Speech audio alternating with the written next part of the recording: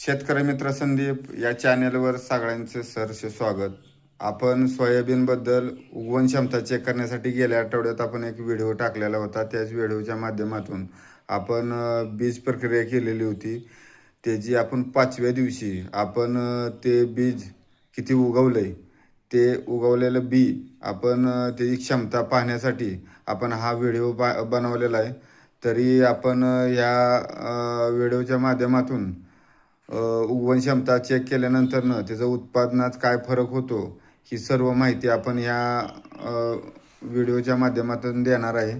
तर आपण जर सोयाबीनचं उगवण क्षमता जर चेक केली आणि उगवण क्षमता जर चांगली असेल तर उगवण क्षमता जर चांगली असेल तर त्याचं उत्पादन चांगलं मिळतं.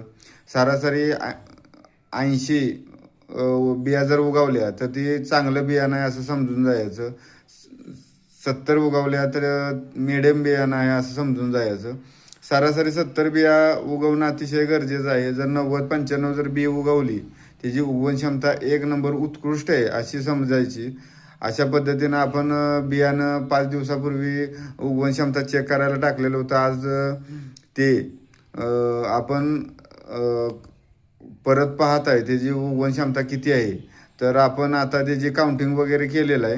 तर तुम्हाला दाखवतो 100 बियामध्ये फक्त बिया कुठल्या उगवल्या नाहीत. तर ही माहिती आपल्यापर्यंत पोहोचवण्यासाठी आपण सदैव कटिबद्ध असतो.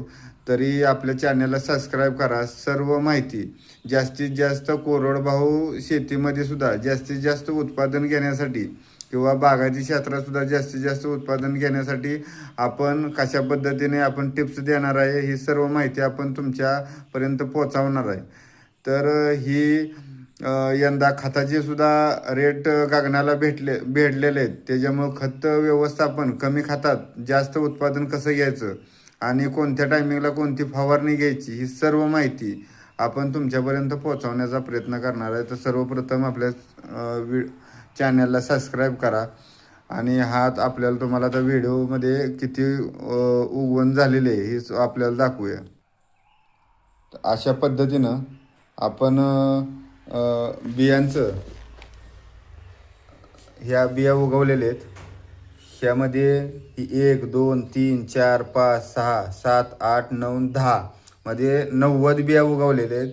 ह्या 90 बियामध्ये 100 बियामध्ये 90 बिया उगवलेल्या आहेत. उत्कृष्ट असं बियाणं उगवण क्षमता आहे. याला आता काय झाले 5वा दिवस असल्यामुळे जास्त कोंब आलेत. हे 4थ्या दिवशी किंवा जर आपण याची उगवण क्षमता चेक केली असती तर याचे कोंब कमी आले असते. चांगलं असं बियाणं उत्कृष्ट असं उगवलेलं आहे.